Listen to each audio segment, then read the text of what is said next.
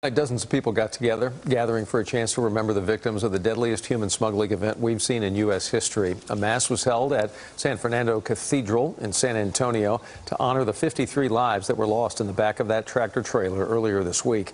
A tribute to the victims continues to grow alongside the San Antonio Road as well, where the truck was found. Earlier today, the man who allegedly drove that semi-truck, he appeared in federal court. He is Texas citizen Homero Zamorano. He could face life in prison, maybe even the death penalty. 4 people have been arrested related to all of this so far.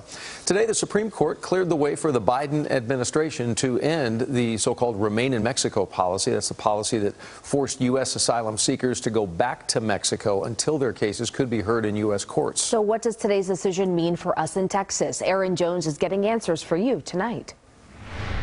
Today, a significant legal win for the Biden administration. The Supreme Court ruling it properly ended the Trump-era Remain in Mexico policy, ultimately ruling the decision did not violate a 1996 migrant detention law. Today, Justice Roberts, who issued the opinion, said that that's not what the law calls for, that it was just simply permissive and not mandatory. What officially happens is that the case will now go back to a lower court to determine exactly what is going to happen with the Remain in Mexico policy. Meanwhile, Natalie Nanasi with SMU's Dedman School of Law points out that Title 42 is still in effect. And so that is still going to prevent a lot of migrants from entering the United States.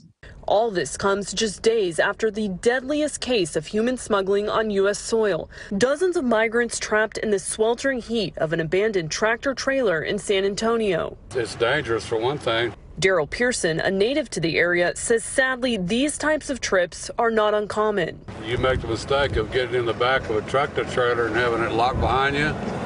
You don't know if you're going to get to that destination or not. You have no idea. This is why legal pathways to immigration are so important, because desperate people will do desperate things. On Twitter, Governor Abbott blaming the 53 fatalities on what he describes as President Biden's deadly open border policies, now promising additional tougher truck state checkpoints. In Texas, we once again are going to try to step up. And the White House says this week's tragedy highlights the need to go after the multi-billion-dollar human smuggling industry. It's launched an anti-smuggling campaign and says in the last 3 months, it's made more than 2,000 arrests. Aaron Jones, CBS 11 News.